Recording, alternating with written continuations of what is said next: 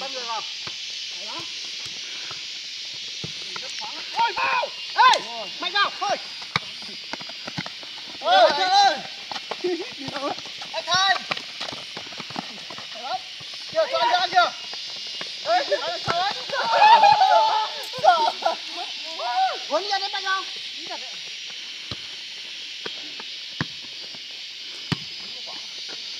Ôi, anh ơi kìa.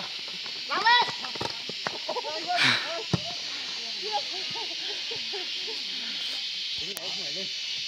Anh vẫn lên đi nốt.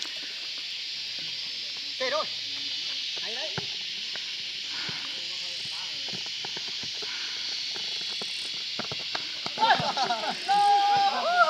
Kệ ơi. Kệ đây.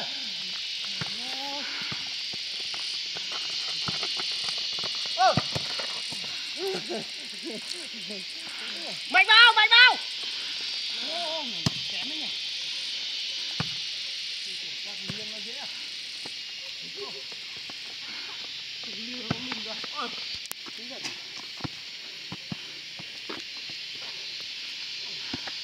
Thế là 3-4 rồi.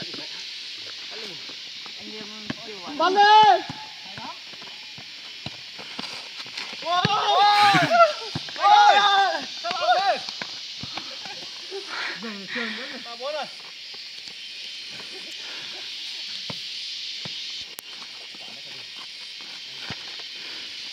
Một vào. Đâu? Ê! Ui! Cả nay chặt kìa. Đây trời ơi. Hạm đó có thấy luôn chạy quanh trộm vào. Về trái ơi. Sao anh em ăn luôn. Đấy, anh em đấy. Thôi, đóng luôn. Đấy. Bước chân mình vào ơi. Bước chân mới vào ấy, không vướng nó bắt được rồi.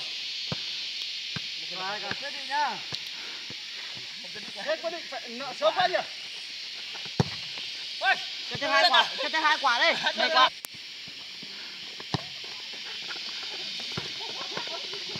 Em ở đây.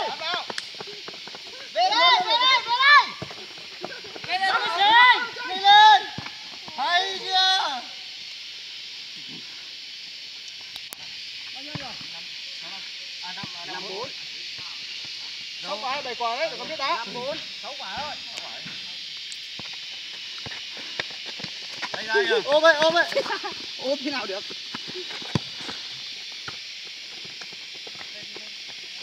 Đi lên. Xuống lên luôn kìa. Phải đóng đi. Ôi. Đúng rồi, gọi thẳng luôn là. Thẳng luôn. Anh ra khỏe lắm rồi, đi xong đơn giản đâu. Thôi đi à? Ôi kìa. Mạnh quá nhỉ. Ôm đấy. Anh bỏ chỗ. Về đi, về đi. Phải ơi. Anh ra cái, cầm tay ra. Chưa đâu. Thôi tay rồi. Của anh tiết tay này, bẩn này. Ôi. Ôi. Rồi. Đấy, cái là tay này.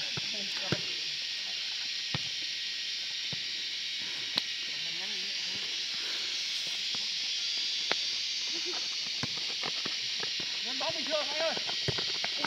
Ôi. Bắt nhiều. Em gì nhá. Nhanh kìa.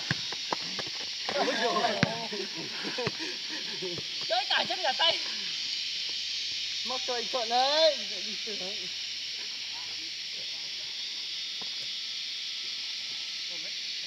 Chào chạy bon nhé. Ôi.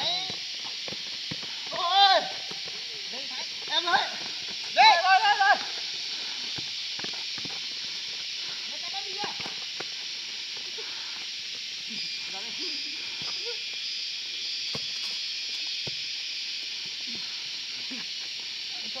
Anh Thuận ơi.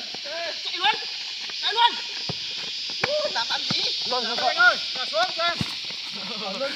Giết điểm. Lấy mà cho Huấn theo. Ôi. Thuận ơi. Đằng sau kìa. Huấn nhỉ. Ôi. Đóng.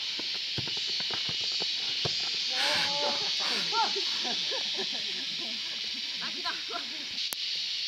Ngon rồi, để ngon rồi. Ngon nhiều ơi. Bắt đi em vào. Bắt đấy. Đấy. Anh ơi. Về ra. Nhẹ thôi. Có nhẹ. Hai.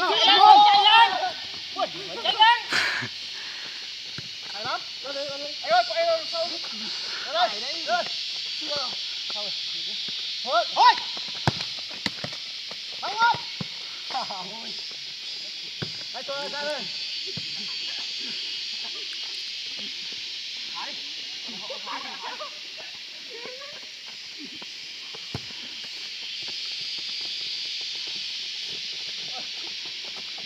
Chơi luôn chưa? Bình tĩnh ơi, nhấc tay qua. Rồi. Bắt lên. Về về. Đẹp quá. Ra đây thôi chưa? Nè nè anh thôi. Đâu? Đấy nhỉ. Bắn lên. Ôi nhá. Ôi. Ôi trời đấy.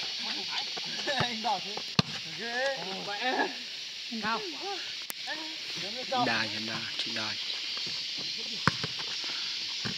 Quay giống đi mà. Nghe chỉ không á. Con nhớ chạy kìa. Ai nó sút rồi. Anh thoáng thế, bây giờ anh sút mẹ. Về hôn đó. Lùi ra, lùi ra. Về hôn đó, về hôn đó. Mua chị của quay bây giờ. Thôi. Ôi. Tổng vệ như thế rồi. Sút mạnh lên. Rồi. Về đây cho ơi.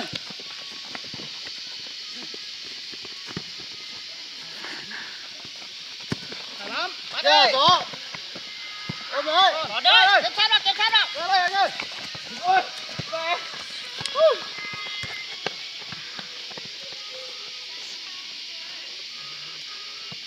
Bắt người vào. Ôi, anh ơi. Anh chọn làm gì hả? Ôi. Rồi. Lọc độc. Bắt chưa?